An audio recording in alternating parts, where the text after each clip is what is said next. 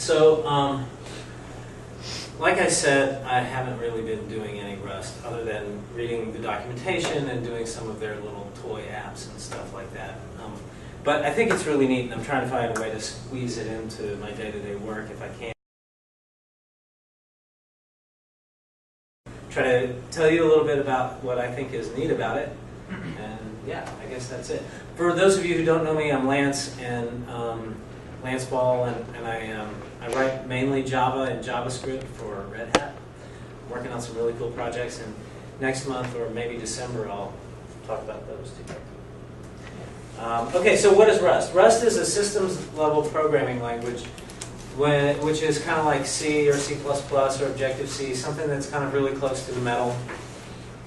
And it'll look familiar to what you've seen before if you work with Java or C or any one of those languages that have that curly brace style syntax. It's a little bit, the syntax is a little bit different, but that's to be expected. It's a different language. It just looks familiar. And its focus is really on safety and speed. Speed because it's really close to the metal, and safety, well, I'll talk about that a little bit in this lightning talk. So this is just a quote from the website. It has a focus on high-level bare metal programming, which sometimes kind of seems like a contradiction in terms, right? High level, you think of all these abstractions and everything, but then bare metal is that very low-level kind of stuff.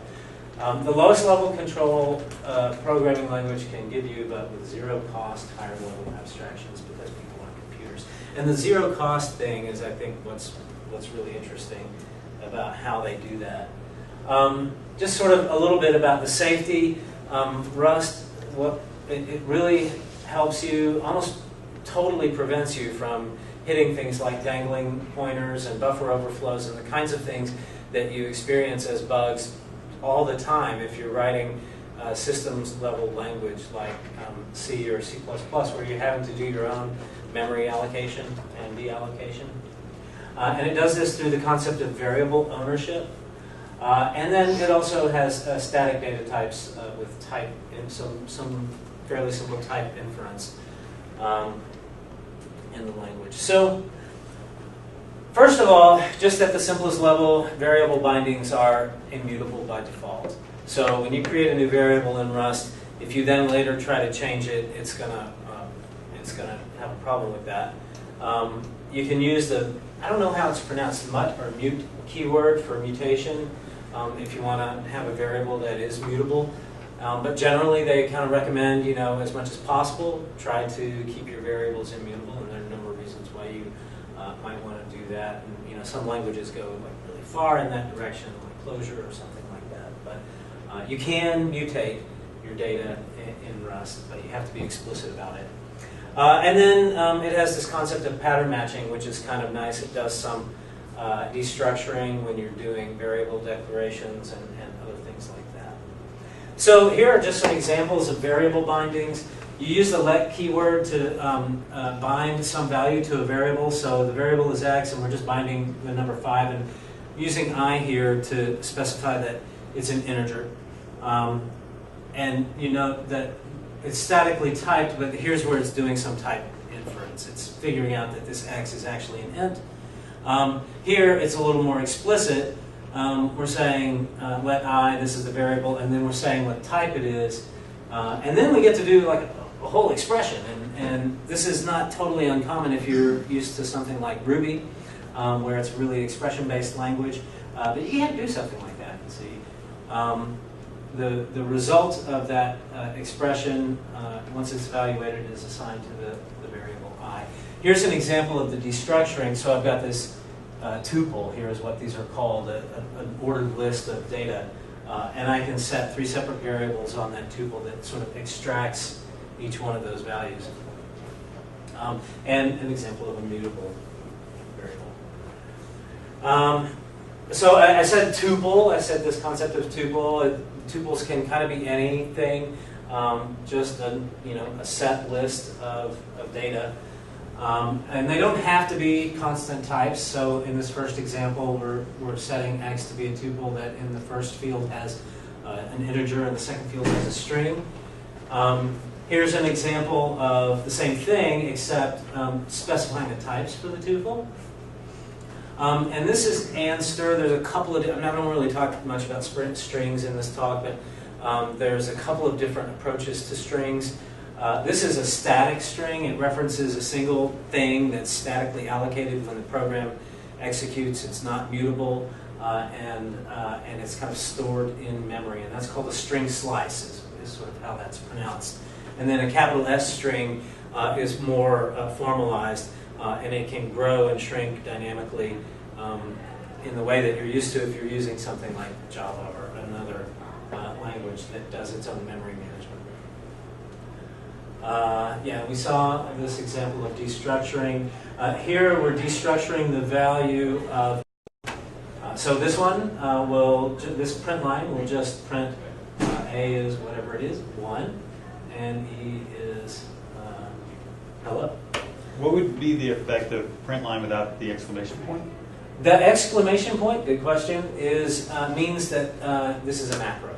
Okay. That's all. There is no print line without the exclamation point. There are also struct data types. If you used C, this would be familiar to you, but we can create a point with two values, x and y, that are integers. And here's just a simple example of using that. We create a variable called origin, we bind this point to it, and then we can print out the values using that dot notation, origin.x. And this is a very simple example of a function declaration. And your main function is the function that gets executed when you run the resulting binary compilation. There are some other data types with tuples called tuple structs and new type. Tuple structs aren't really that interesting. It's basically, I could have struct dimensions and then have multiple unnamed values. So it basically creates a struct with anonymous values within it. The most useful is a specialized version of that tuple struct where the unnamed value, there's only one of them, and that's called a new type. So you're kind of just declaring a new type that has a single value, and in this case the new type is inches. And then we can use destructuring to get the value of that new type, length, into this variable integer length. Does that make sense? Is that kind of clear? We extract the 10 from the length new type by using this destructuring syntax. One real quick. So the 10 without the I, does it default to integer? Or does it get integer from the struct type? It knows that if I were to put a string in there, it would Okay, throw up. gotcha. It wouldn't work. But it would throw up in a really interesting way, which I'll get to. Okay. Also enums.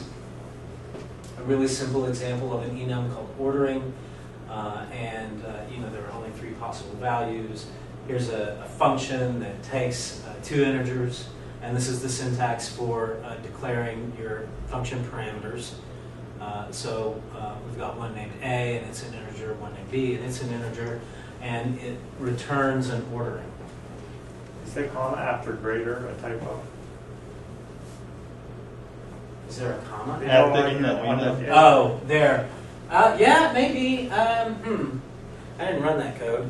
no, I'm more just curious that would cause it. I don't know if it would. It might warn on that. I'd be surprised if it really blew up on that, but maybe. Go requires it. Huh? Go requires That final that comma? last comma. So I don't actually know. Okay. And then here is an example of using the enums in an interesting way.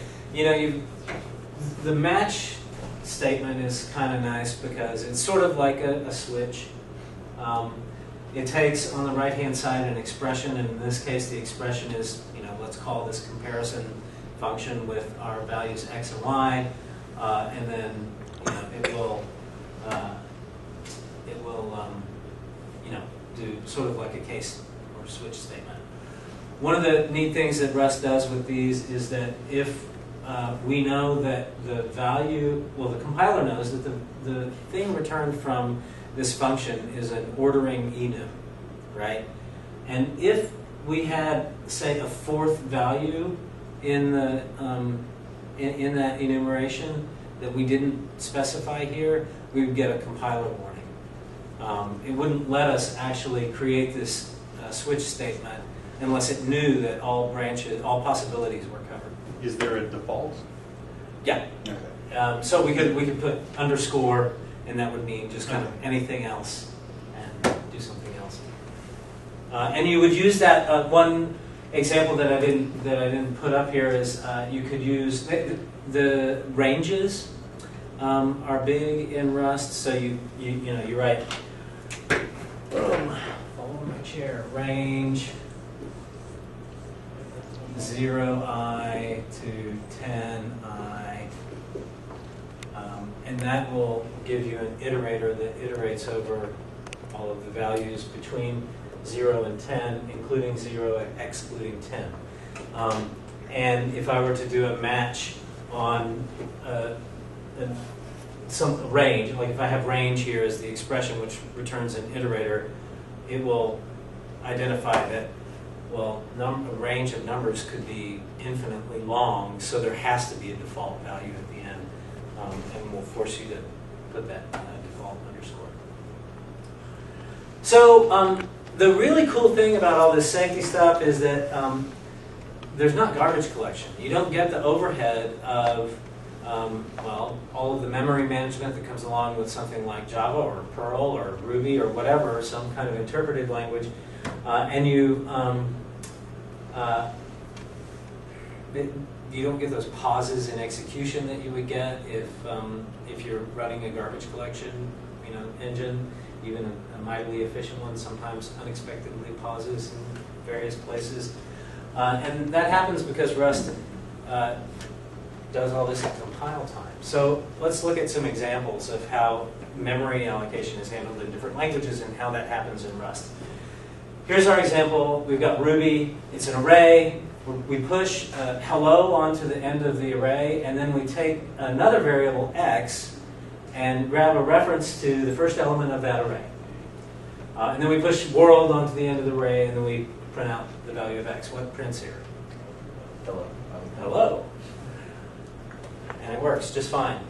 In C++, it might look something like this.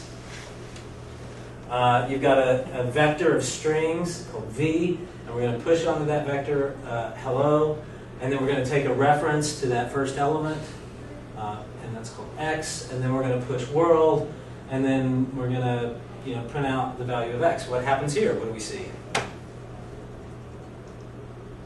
Core dump. Because we've allocated memory on our vector here.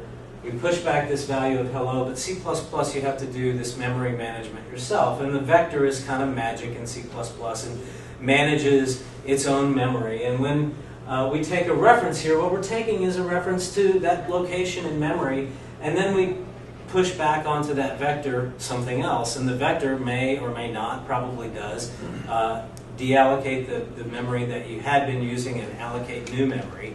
And so now this thing, whatever it's referencing, is crap. So you get a core dump. In Rust, we can do something like this. We have a mutatable vector called v, and this also is a macro. Yeah, it kind of just wraps some stuff around the built-in array type. And then we push hello onto it, and then we take a reference to the first element of the array, and then we push world onto it, and then we print line. What happens here? We don't even finish compiling. It won't let us do it. So the first error, we get this kind of a big error statement, so let's look at it kind of bit by bit. The first thing says that we cannot borrow v as mutable because it is also borrowed as immutable. So, and that's at v.push world. Right. So right here is where it fails. And it fails because the previous borrow of v occurs here. Right there. So x is taking a reference to v, to an element of that vector, and the compiler recognizes that. and then says, well, you can't modify V until that mutable, and you can't modify V until that borrowing ends. The borrowing doesn't end until you basically leave the scope of that current execution environment. In this case, it's the entire function main. We could scope this thing somehow to kind of put a closure in here and do something with X, and then once we leave that scope, then we could push onto that vector. But as it is right now, the compiler recognizes that if we try to do that, things would go wrong and it won't let you compile. So that's, I think, really pretty neat. The way you get around that is you just clone the value. And then you run it and it'll print world. I mean, hello.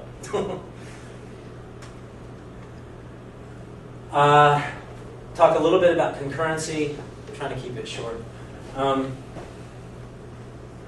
Underscore is kind of, again, what I mentioned on the enum, on the match statement. It's sort of just like the catch-all. So we're iterating over a range of values of unsigned integers, 0 through 10, and we're spawning a new thread, 10 of them, and printing hello world. Pretty simple. Spawn is built in, automatically handles thread creation and stuff for you. This is how you might do. Okay, first of all, this is like so trivial. It's not going to cause any real problems in a multi-threaded execution environment because there's no data or state that's changing at all. But this example, data is changing. We have a vector of 1, 2, 3. We're saying it's mutable, and we spawn a bunch of threads, and we change the value of those numbers within those threads. We think it's okay because we said numbers was mutable, except for the fact that it recognizes that it's moved into a new closure environment. Essentially, the proc, which is a closure that can be executed only one time, is this new execution environment for this variable numbers, and it recognizes that that could be changed, in multiple places simultaneously, and we get a race condition. So again, you can't compile it. So saved by the compiler again. Yeah.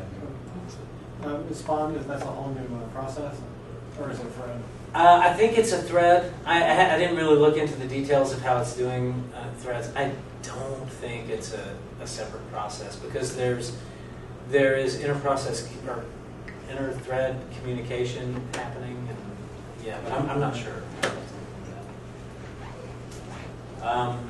Here is just some example code of, I won't go through all of it, but of how you would actually do that if you wanted it to be data safe. The main things to point out are the which is pretty extensive for Rust, a lot of stuff built into it. And in this case, we're using arc and mutex. Arc is an atomically reference counted thing, and mutex is a mutex lock, so we can change these things, and they're not susceptible to data race conditions. Rust has a concept of packaging through crates and modules. There's a root level crate, which is what the thing that contains your main, basically. And then you can create modules in multiple files or in the same file, or pull in modules that have been, external libraries, essentially. Here's a really trivial example of creating a module, hello, and it has a public function called print hello, and it will print hello world. And then in our main, we just refer to it by its module name and the function. Another cool thing is testing is built in. This thing right here is an attribute, and I won't get into the details of that, primarily because I didn't really read that much about it. Enough to know that it works with test and some other things, and it's very powerful. But basically what this does is tell cargo. Cargo is the command line tool that you use to compile and run your, well, you can run it as a binary once it compiles, but you can do cargo run, which will compile and run. It's like make install or make run or something. So cargo is your little command line tool, and Cargo will recognize that these functions are all tests and execute them for you during the test phase of your build. There's a lot of other interesting stuff. I talked a little bit about pattern matching and attributes. I didn't talk at all about generics, but it has this concept of generics so that a type can, kind of be defined as associated with another type. If you're familiar with Java and C++, you might kind of know what I'm talking about there. Closures and procs, I talked a little bit about. Those are interesting. Iterators and consumers. And traits and impls are how you do kind of like object-oriented sort of stuff. You can say that something impls a given trait.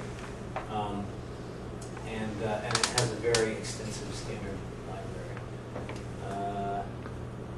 And these are a bunch of references. The docs are fantastic. You can go to play.rustlang.org to just use a little Rust runtime environment in your browser. And the docs are really good. And this is the doc for crates. And that's it. That was 20 minutes. Yes? What platforms? Well, it compiles down to native. I mean, it runs on Mac, Windows, Linux, others, I'm sure. But, I mean, it's, I think most... Do you have a sense of how many people are using it? I don't know. There's a lot of hype around it. It's kind of like, this fancy unicorn that is amazing, blazingly fast, and will solve all your problems. But I don't know, whose problems it's solved yet. It's made by Mozilla. Which makes me like it more. Yeah. It's really, the site is really great and comprehensive documentation. I didn't put the link on it, but if you go to doc.rustlang.org, there's a 30-minute intro, which takes you about 30 minutes to kind of run through. Covers most of the stuff that I mentioned. Doesn't really cover like all of this sort of more complex stuff. But yeah, it's pretty impressive. Let's see what it's like in the real world. Are the standard libraries like bigger than the SDL? Like more comparable to Java's? They are pretty big. Let's see.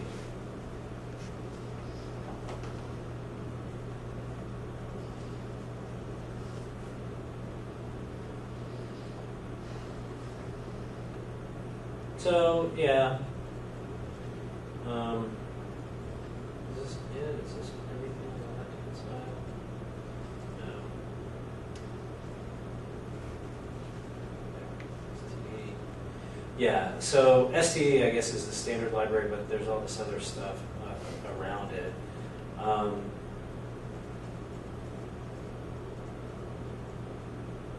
Here we go. And these are all the modules. And there's a lot. I/O. It doesn't have, at least I couldn't find anything on like asynchronous I/O or anything like that. I'm sure somebody at some point will build that on top of what's available. I think most of its I/O at this point is blocking. It's fairly large. I don't know if it would compare to Java, but a lot of stuff built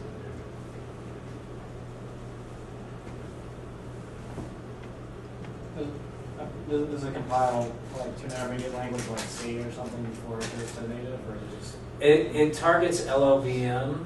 Okay.